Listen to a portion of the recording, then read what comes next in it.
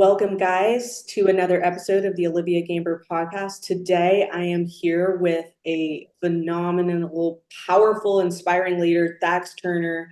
He is from Scottsdale, and I got the pleasure of sitting down in person with this top executive. And you guys know I talk to thousands of executives, I've seen it all. And when I saw Thax and just how he moves, how he thinks, he's different and he's on a whole nother wavelength. Not only has he made a massive impact in his corporate career, he's responsible for 3 billion in sales, a lot of family. He carries so much, but he's always the last he's been doing this for 32 years. He's a player coach, so he's in the game, but he's also moved quickly every 4 years into a new position over the last 32 years. And that doesn't happen by accident. There's an intention, there's a strategy, there's a skill set, there's an identity. So I wanted to bring him to the table and just shed light on what he is doing to embody this level of power and impact and how you can start to unpack some of that and hopefully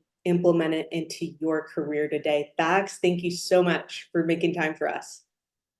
Thank you. Wow, that was awesome. I hope this is recorded because that was beautiful. I really appreciate that very, very much. Absolutely. And what's really caught my eye, you and I sat down, we went to lunch, you told me where you've come from. And I mean, you've made a ton of money in your career, you've made a huge impact, but I was shocked to hear your humble beginnings. Like, can you tell us a little bit, just high level about your journey, what you've gone through? Because Yeah, I think it's really helpful to know where yeah, you've been. yeah. Well, first of all, I appreciate it. Yeah, so my mother raised me basically. My sister and I didn't have a dad growing up, and so my mom played a really good role with me, and I'll tell you, she kept me straight. And then we moved around a lot. When rent was due, we were moving, and it wasn't because my mom didn't try. She had my sister and I, and she had several jobs, and she really worked really, really, really hard. And I remember thinking, as a young man, like 11 and 12 years old, that one of these days I'm going to be in a position where I'm going to be able to make a difference. And it doesn't matter. It doesn't matter where I'm at in life. That I'm going to contribute somehow, some way. I played sports in school and played every baseball, football, basketball, you named it. I played it. And then I went in the military at 17. But reason why I like uniforms because when we were on the field, we were all the same.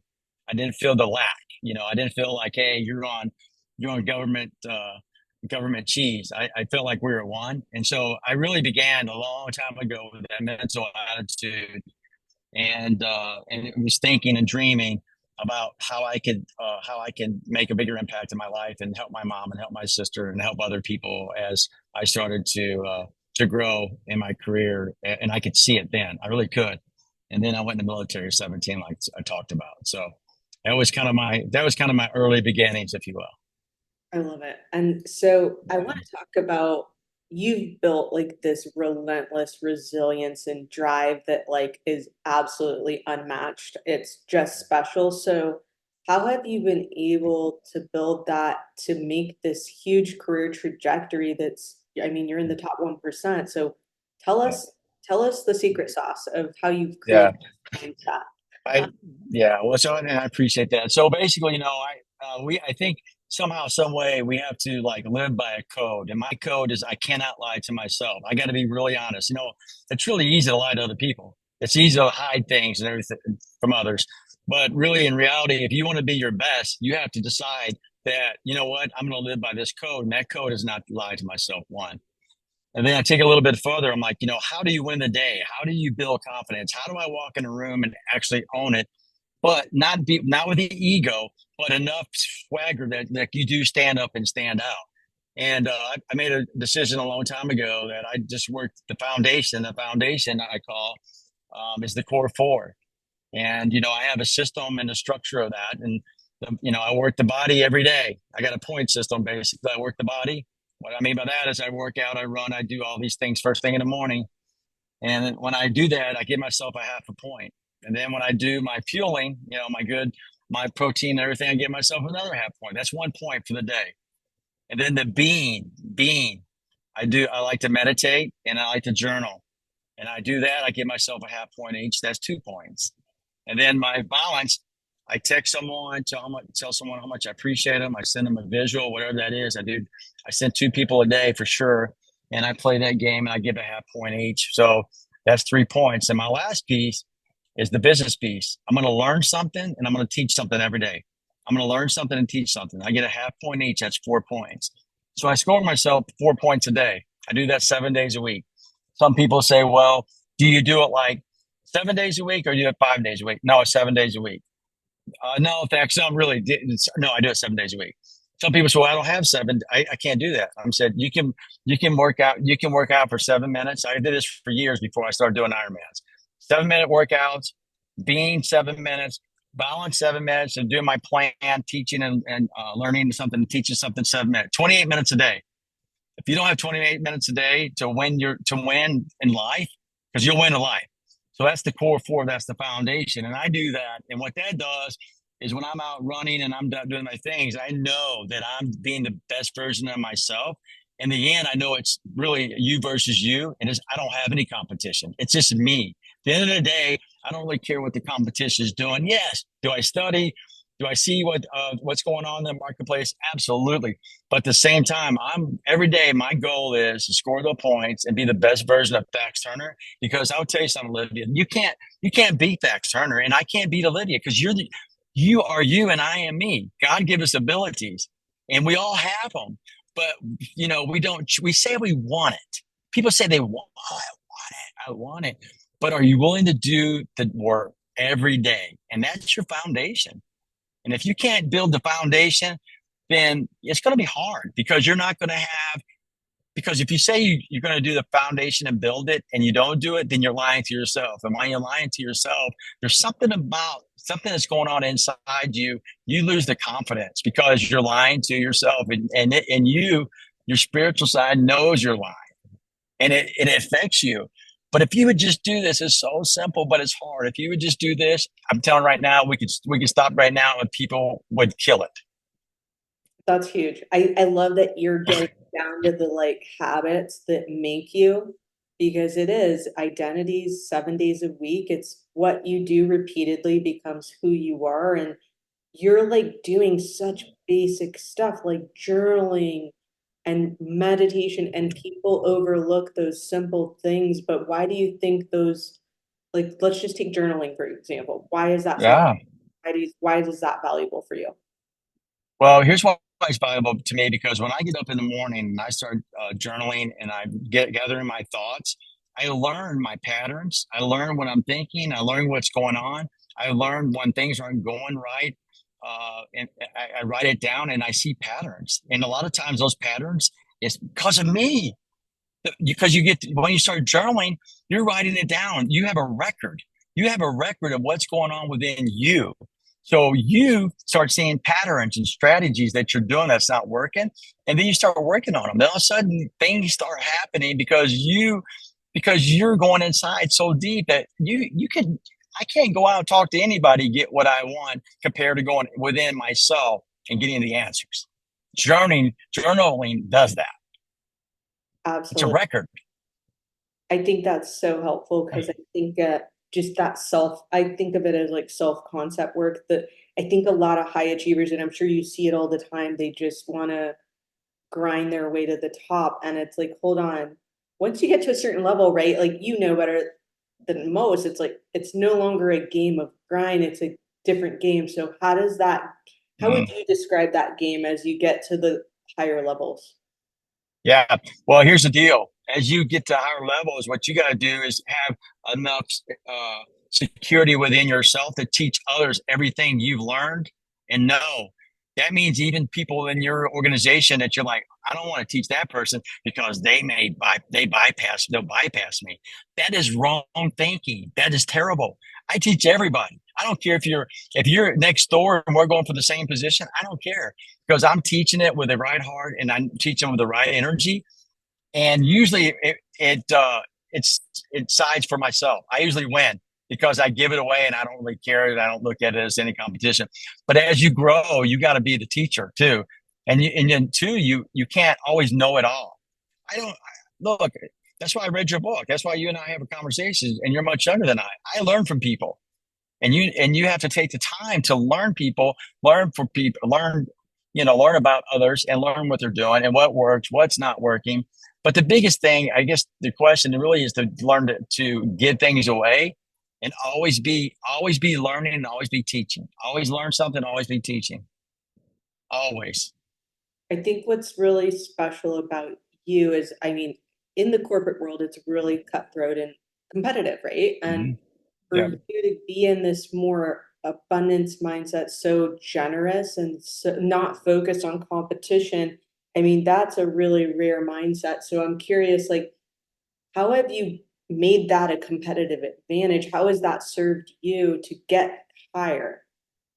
Yeah. So here's my deal. And there's been times in the past where I've someone that he's passed me in the organization, and I know that I had a my skill sets were just as good or maybe even better. But what I would do instead of getting pissy about that or upset or frustrated, what I would do is let it go. And then when I let it go, I'm like, okay, what can I learn about myself here? But what it did is it helped me to go within and go deeper and say, okay, what are you doing? What is, self reflection? What are you doing, Thax? What held you back? Sometimes you listen for everyone that's listening to this. Sometimes it's somebody gets a sponsor and they have a better relationship and they may not be as skilled as you. They may not be. And what happens is if you get bypassed once is fine. If you get bypassed twice, you really need to go within too. Then you need to decide. This is the big thing. You need to decide if it's time for you to move because sometimes you can stay somewhere so too long. Now, I worked with two companies in 32 years. And then my last company I worked for, they held me back a couple of times. And then I was recruited by a good independent who I'm with today and never looked back. But my thing is, you must be today, you should be aware. You should have self awareness and know when that time is. But if you do get passed up, don't get mad about it. Don't put that bad energy out. That's bad energy. You hold it and you decide what you want to do and you learn from it and you take responsibility and you go deep and then you continue to learn and you grow and then you make some decisions. You need to position yourself where the company needs you and you have to have that mentality. You have to have that mentality and that confidence and knowing that just because you got passed up once doesn't make you out of the game at all. Awesome. I think that you've got this kind of like eternal optimism about everything, and you're able to flip that script so quickly. I know you see a lot of girls and guys out there that are just kind of stuck. What do you Hmm. think is keeping most people from breaking through from your perspective? Yeah. A lot of it is insecurity with themselves. And how do you break the insecurity? You got to do the work. And then I just gave you the answer earlier is like, reason why you're insecure because you maybe not taking care of yourself. Let me give an example too. People buy it from their eyes. If you're not fit, if you're not in good shape, I hate to say this, but it's true. But people buy their eyes, and you go in there and you're not taking care of yourself, and you're not mentally sharp, or you really do your job really well, but you may not look the part. I'm telling you, most companies are judging you. I'm just telling you, most companies are judging you. And so, so how do you change that? You got to get to the foundation and change it. Now, I understand there's medical issues or all these different things, but it does make a difference. And it's the foundation piece of it. And you have to build the foundation. That's that. I go back to that, right? If you really want to continue to, so Thax, you tell me if I just start walking I start eating better. I start journaling and I start making, teaching and learning, all that. I got a really good chance of doing great things and moving up in a company. And yes, you do. Like really good. Because you know why? It's 95% of the people is always starting and stopping. Start, stop, start, stop, start, stop. And it holds them back. So they start all over again. And then it's like January 1st. All right, I'm going to start new today. You don't wait to January 1st. Start today. Do the foundation. Do what's good for you. I'm gonna tell you, if you do that, I tell everybody, all my team members, they got to get on the foundation. They got to do the core four. And then when you go out in the marketplace, you're different because you walk differently, you talk differently, you look different, and you have a different attitude. And it's not ego. You just feel good about yourself, and you have this confidence, that and this energy about you that people want to be around you. It's so true because, like, as you go up, it's less just qualifications, it's more your presence, your impact, that certainty. And I think you're spot on. So every Yeah. time I've met with you, you've got this just like vibrant conviction and just passion. What what gets you so inspired every day? Um, Here's what I think. I think we all come to Earth and we have assignments. I think you have an assignment. You may not know your assignment, but if you go deep, and that's how my meditation helps me. I know my assignment. My assignment, God's given me a lot. So I feel like I owe a lot. Some people may poo-poo that, but I'm gonna tell you, I wouldn't do that. And I'm not saying that. And this is not about religion. This is not about whatever your belief system is. But I would tell you, once you learn yourself and you know that you have an assignment, when you really learn that assignment, man, it's a lot different. Look, I've been given a lot of grace and a lot of love, and considering where I came from. And I want people to know you can do it. I want people to know that they can be transformed. I want people to know that they have everything they need within them from the time they were born to today. If you're in the United States of America, you have a bicycle and $20 in the bank. You're like 25% of the world. So to me, you have everything you need. You're choosing not to step up, and stand out. You have it. I'm gonna tell you right now. If you're listening to this call or you're watching this, you have everything you need. You don't need anything outside of yourself. It's already there. You just got to go in and find it. Period. I so yeah, this is so true because I think it's just I think what most people are lacking is just that purpose and a big enough why to get them moving. How do you get connected to your purpose? I mean, maybe they just need to move before they even have a purpose, Yep. right? Just start moving. Yeah. Yeah. And two, the big thing is, and you've heard this all your life, watch who you hang with. Get into it. You know what I get into an inner circle, a mastermind, get into something, join someone that's like-minded or someone that you really that inspires you and learn from them. It's not about even them, it's the group, it's the team, it's the mastermind behind that. You have to. If you can think you can do it on your own, it's a tough deal. So what I'm saying is you get around the right team. My inner circle's small. But who I hang with is ballers. I do not let anybody inside my circle that's not. It's the Olivias of the world. It's people that are game changers, people that are transforming people's lives. It's talking positives and making a difference. And I would tell you, I've had negative friends I had to get rid of. I had to like move people out of my life, and that's hard. But there's a season for everything, and your season is changing all the time. And my why and my purpose is to inspire and transform because I know what it feels like. I don't have to put the dog on.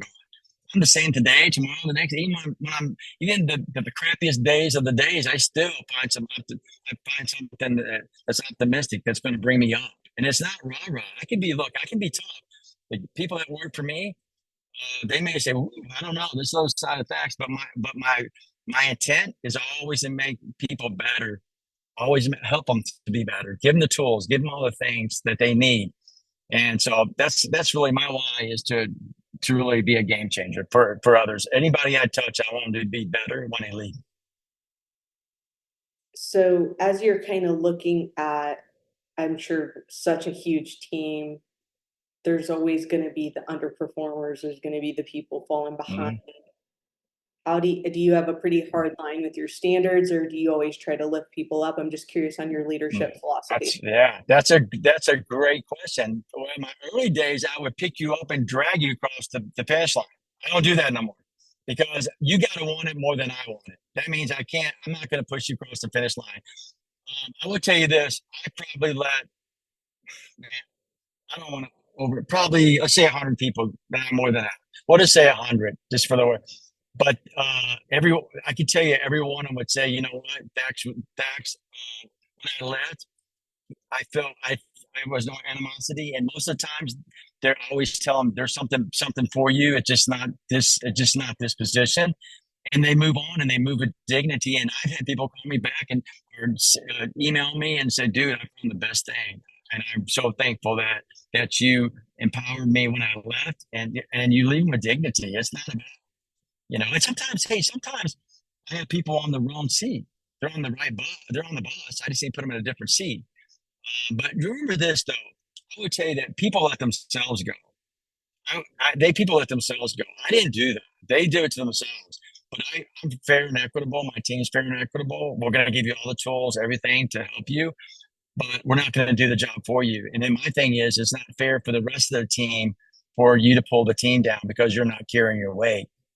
And sometimes when you let people go, your team comes back to you. And I bet you everybody on here is listening to this going, man, I was wondering when he's going to let her go or that guy go. Man, I can't believe you waited this long.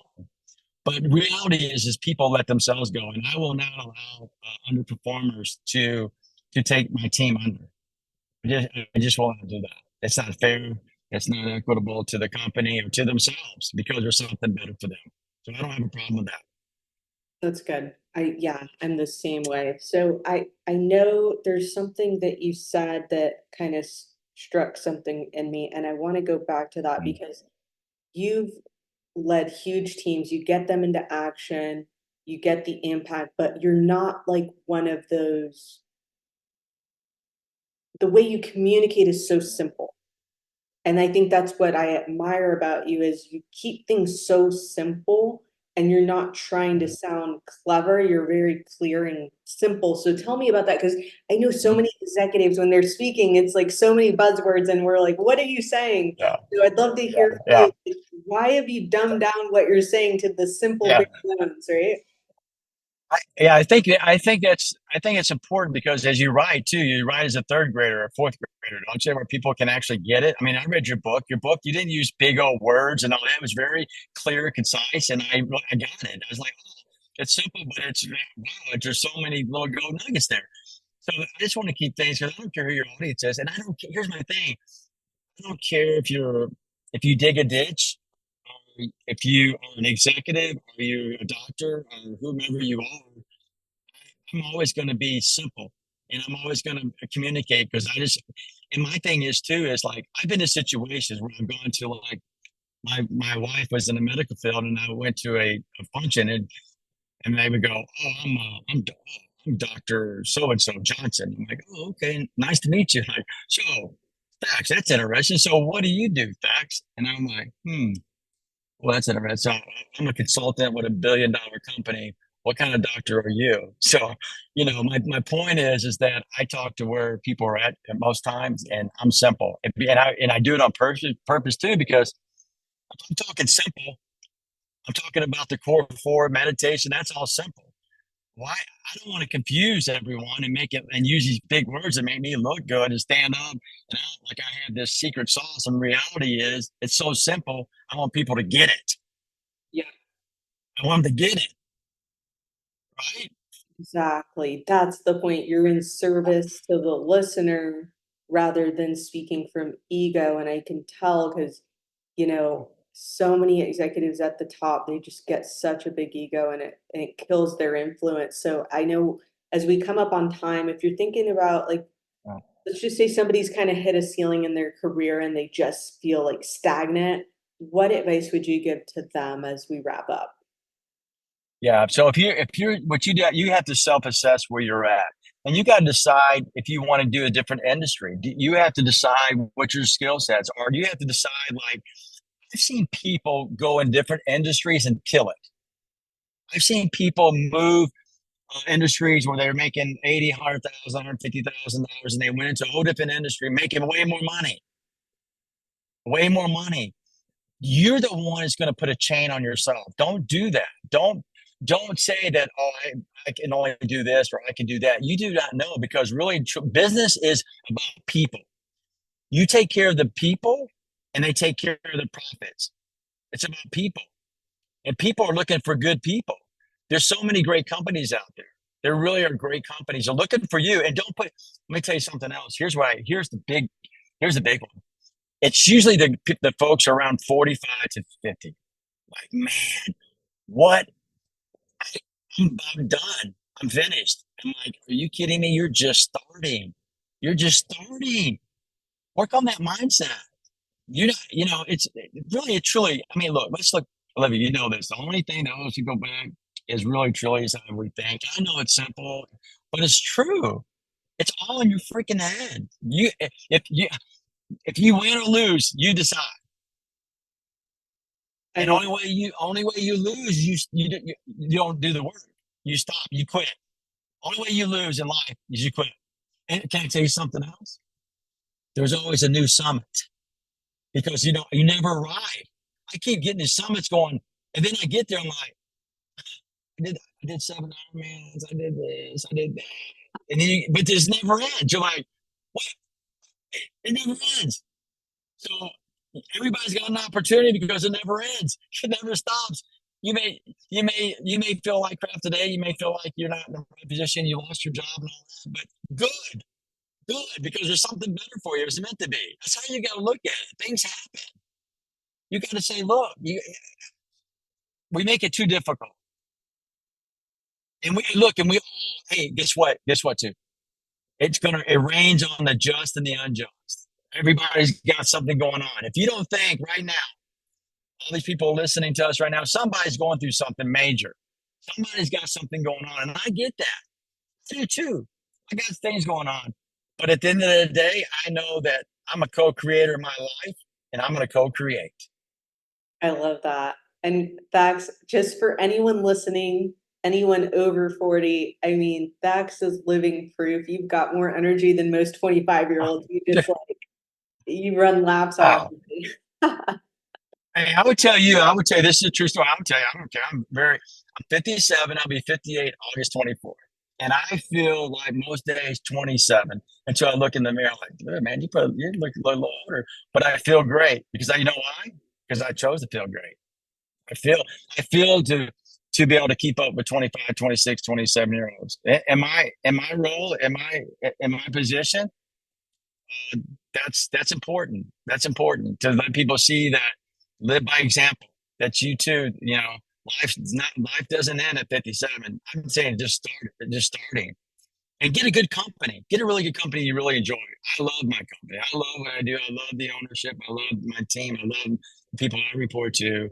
That's important too. And sometimes, I've had opportunities to move on, but I love what I do with this company. And I've been a player coach for, I've been coaching on Saturdays for 10 years. I just always loved that. I started out with people, you know, the stuck on alcohol and had issues. And the harder it was, the more I loved it because I wanted to serve and help others. So find that, whatever that is, make some room for that. Be very efficient with your life.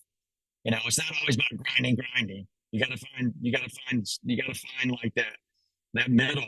So when people tell me, "Oh man, I work 18 hours," well, to me, they tell me you're not very smart and you're not working, you're not very organized because you should not be working 17 hours to be successful a No, day. not sustainable, right? And so I know, thank you No. so much for making time in your busy day to share all this wisdom. If anybody listening wants to connect with you, what's the best way they can connect with you? You know what? Just link. Just just get on LinkedIn and DM me. That's really the best.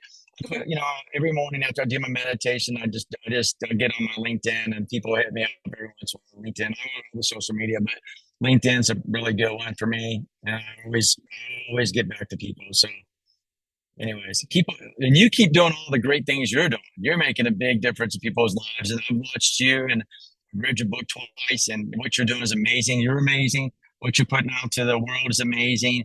And you have one heck of an inner circle. And I would not hesitate if I was you to jump in that circle.